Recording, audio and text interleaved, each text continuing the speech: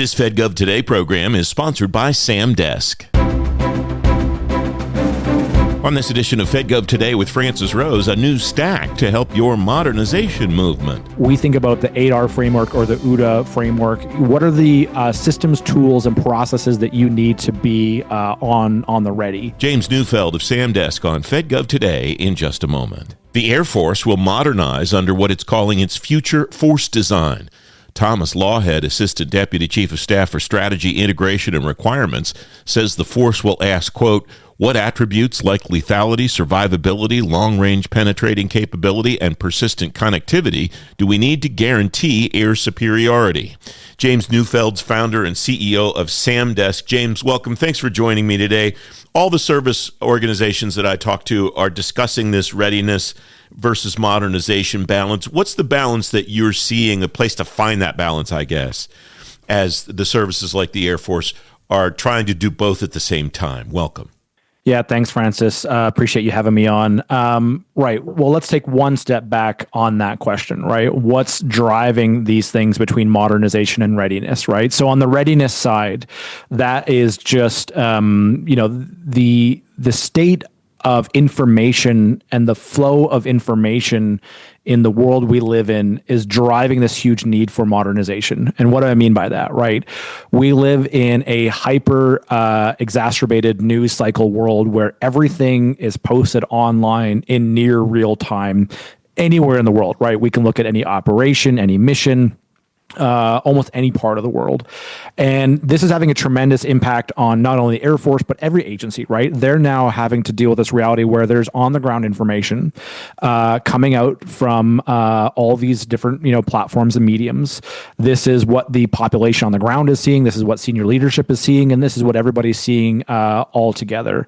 And so that's, impacting pretty much government across the board, and everybody that we talk to and every agency has this challenge. The challenge being is how do we get the right information out at the right time? How do we be on top of this?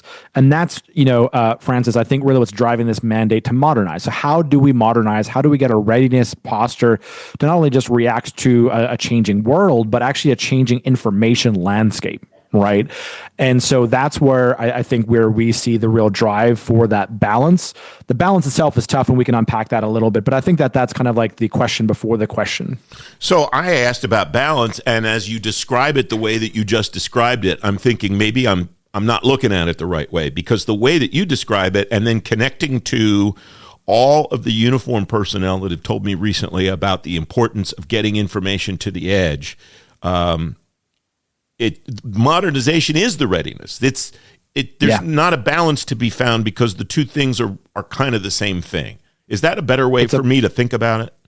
It's a forcing function. We have to modernize. Full stop. We have to, right? And that is why, right? You can't have a frontline member be the last person to know. We can't have outdated information infrastructure in which those that are on the front lines or those that are in a decision-making environment be the last to know. And Francis, that is often the case when we see within the Air Force or within the government in particular, what we hear is that challenge in particular.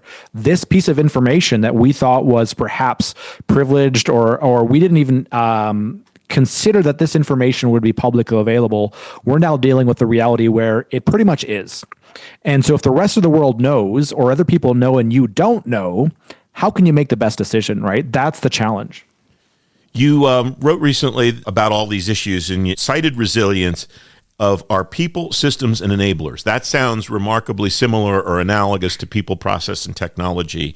What does that look like in a service branch view? And how does that apply to the concept of modernization? Yeah, how to eat an elephant, right? It's a tall order, and we talk about, modernization and where to start. I would say, thankfully, AI is actually making this easier, right?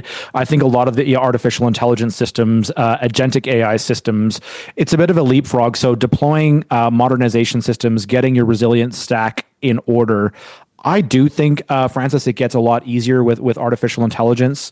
It eliminates a lot of the bottlenecks that are previous from, perhaps more software or traditional software-based systems where you have to train, deploy, get all these, edge cases figured out. AI is pretty resilient in terms of, how you can interact with it. So I do think deployment in of itself can be easier, right? And so that's the silver lining, I suppose, in all of this is that it should be getting easier, and modern systems are making that easier. But just to double back, right, on the resilience note of how to get there, right? I'll just double click on that point of how needed it is, right? So I'll share some vague stories a little bit just to illustrate the story.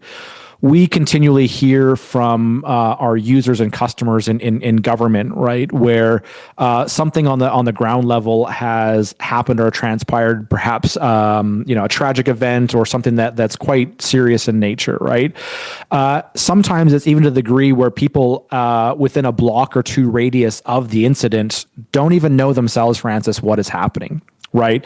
And so it does kind of point to this major need where the flow of information internally with these old systems that are not kind of modernized and not really AI enabled are really working against us from our readiness posture. You used a term a moment ago that I want to highlight, the resilience stack. What all is in the resilience stack that an Air Force or another service branch organization should be thinking about? Yeah, the most common framework for this is probably, the OODA loop, if you're familiar with that, of observe, orient, decide, act. At Samdesk, we think a lot about our framework, which is very modeled off of the OODA framework, but we call it ADAR. We call it anticipate, detect, analyze, and resolve, right? So when we think about the resilience stack, we think about the ADAR framework or the OODA framework. What are the systems, tools, and processes that you need to be on the ready? In particular, I would say the biggest challenge and the opportunity with AI is probably within the first part of that. In that decisions are easy when you have the right information, or let's put it another way, they're easier when you have the right information. So it does put a lot more emphasis at the beginning of the OODA loop or the ADAR framework in that, you have to get more information upfront earlier. So, we're painting a picture now where the onus to make a decision faster is more demanded from everybody, from leadership and citizens alike, right? And we're also living in that world where more information is, available. So it's really about harnessing that anticipation and that detection layer, right? So that's the gap that I think that probably most agencies are struggling with most is how do I actually get to confidence in a time in which that decision can be made in a much materially faster way. You don't have days anymore or weeks. We're usually dealing with hours. But yeah, in terms of resilience stack, we think a lot about the ADAR framework here at Samdesk. You have mentioned artificial intelligence a couple of times in this conversation. And one of the things that I used to ask people is about the infrastructure that's required to effectively use artificial intelligence. I had a guest on the TV show not too long ago that really changed my thinking about that. And he pretty much said straight up, artificial intelligence is part of the infrastructure now. It's part of the way that people do business in successful organizations, both inside and outside the federal government. In that context, how do all of the things that we're talking about in this conversation look different at some future point than they do today if artificial intelligence is just a tool the way that the cloud is a tool and the way that cybersecurity tools are just tools to deliver on mission instead of this thing that's a big shiny thing that people think is very cool and cutting edge? A deep understanding of the problem set and breaking down each of the processes required to achieve an outcome. And so, yeah, AI is moving to the infrastructure layer. Absolutely. It's kind of like, AWS become the cloud provider, and we can't really imagine, for many of us anyway, installing a server rack anymore. So it's absolutely becoming an infrastructure layer, but that's just it. It doesn't really help you anything until you build something on it. Right. So, yeah, it's this tremendous capability, and LLMs, reasoning models, and agentic AI capabilities are becoming really the fabric of every tech stack, and everybody's going to have parts of it. And there's, these generic chatbot like interfaces, which have their pros and cons. And then the way that we think about it a lot of how it's become part of the infrastructure is how do you break it down to those understandable problems? So we think a lot about the real potential of agentic AI and really breaking down those subtasks. We find artificial intelligence and encourage all the listeners as you kind of think about deploying AI as we're all trying to do.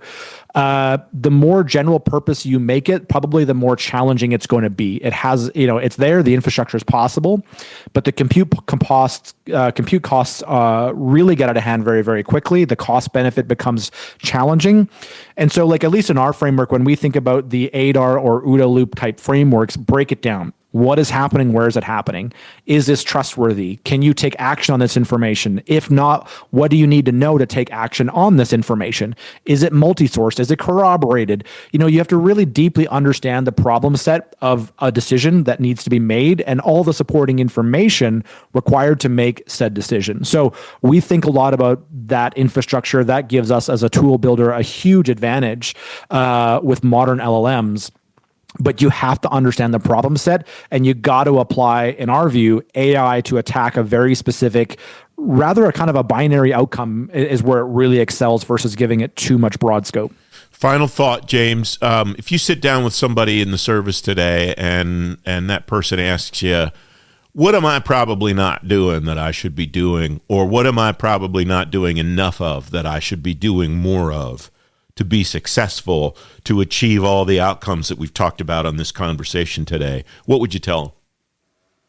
Yeah, I think it's exactly that, right? We have the promise of AI. So what are you doing? You're deploying AI. That's great. Keep doing that. You have to do that. Our adversaries are moving fast. We know this is a non-negotiable. We have to be at the lead of this technology. So what we're not doing in that I think we should be doing more of is finding out the application layer for AI, right? It is great. One of the things we're battling with agencies all the time is, very different outcomes. Consistency is a huge challenge. It can produce great things.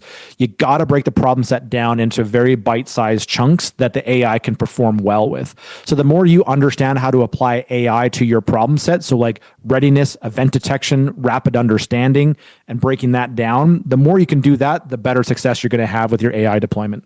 It's excellent to talk to you again. Thanks very much for your time today, James. As always, a pleasure. Thanks, Francis. You can read more about modernization across the Pentagon on today's show page at fedgovtoday.com. The next Fed Gov Today podcast is coming tomorrow. I'm Francis Rose. I'll talk to you then. Thanks for listening.